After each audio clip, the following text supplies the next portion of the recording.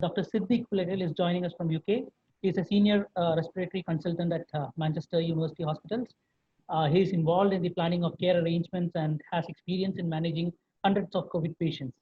He is the head of regional sleep service, Manchester, and also is an honorary senior lecturer at Manchester University and is an academic advisor for Manchester Medical School. He also serves as the chairman for Upkhar, which is a registered charity promoting organ and stem cell donation among Asians in UK. With this very brief introduction, I now welcome Dr. Siddiq Pulagal to join us. Good morning, good afternoon, and good evening, depending where you are listening to me. Thank you, Dr. Ajit, Dr. Nandakumar, Divya, and a team from a museum organizing this excellent program and bringing such a diverse group of panelists together and giving me the opportunity to share my thoughts. I'm sorry that I could not come on video as I had a surgery a few days ago and talking to you from a hospital bed. I'm still on medication and hope doesn't talk any nonsense over the next few minutes. End of pandemic. In a country like India, where predicting a future is a profession, astrology is maybe a more lucrative profession than medicine, when they can tell when you're going to buy a car or what grade your children might get in exams. Predicting end of pandemic may be too easy for them. I suppose why we medics should interfere in their profession. Just jokes apart.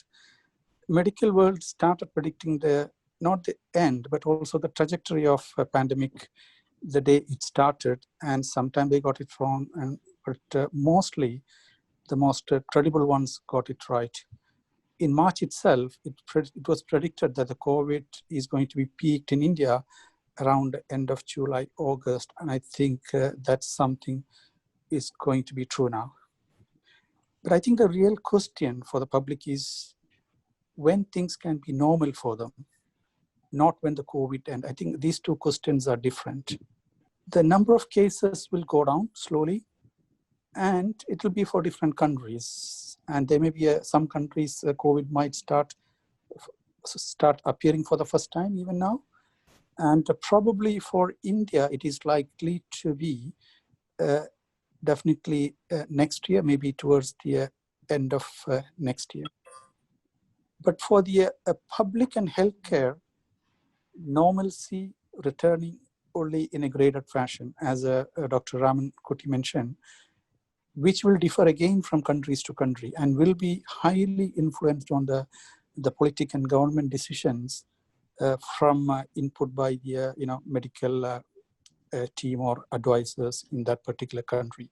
So there is no kind of a single way we can say that this is what's going to happen. So for example, in UK where I practice, even before the COVID, I have to wash my hand every time when I see a patient. That's been in outpatient or in an inpatient.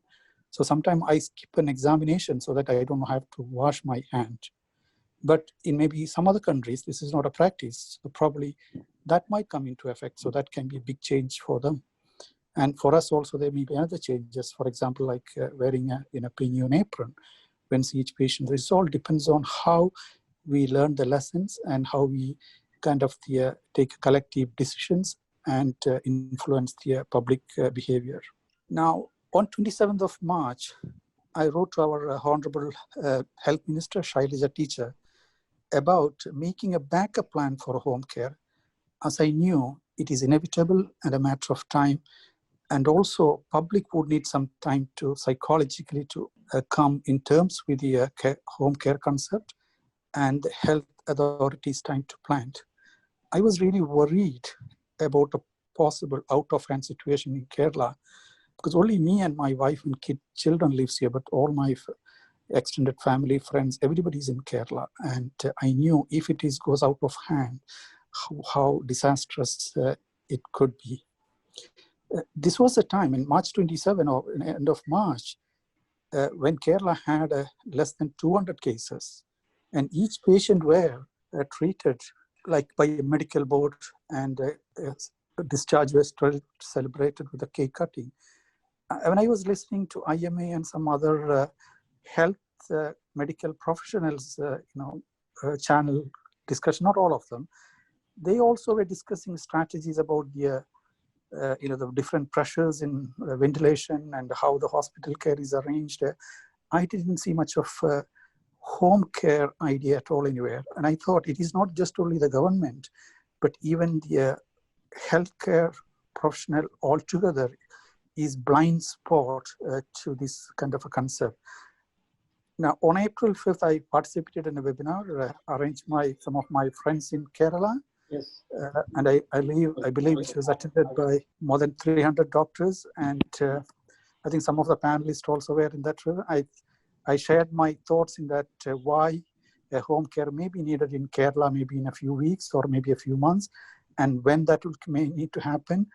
And also my views on the details of how home care may be delivered. There are many reasons why home care is needed. And the main reasons are human resource and spread of infection. The hospitals I work here in UK, we had a less than 100 ICU beds. Dr. Siddiq, kindly excuse me for the intervention. Just for the interest of time, I would like you to, sum up 1 minute. 1 minute. I'll fill Yes, 1 minute here.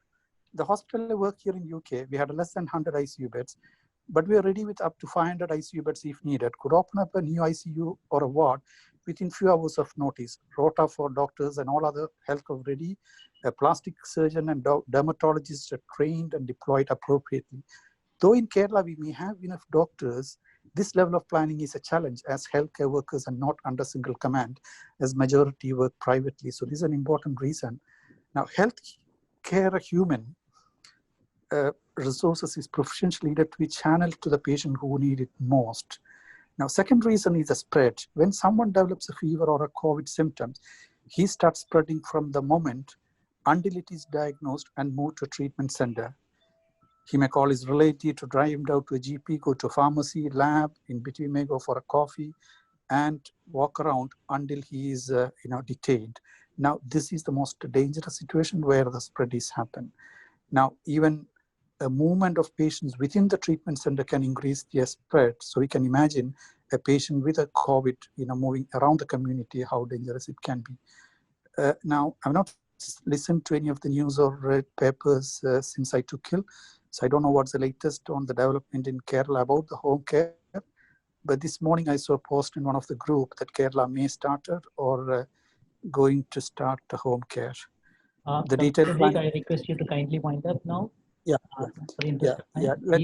me stop here. And once again, thank you for giving the opportunity to share my thoughts. And thank you.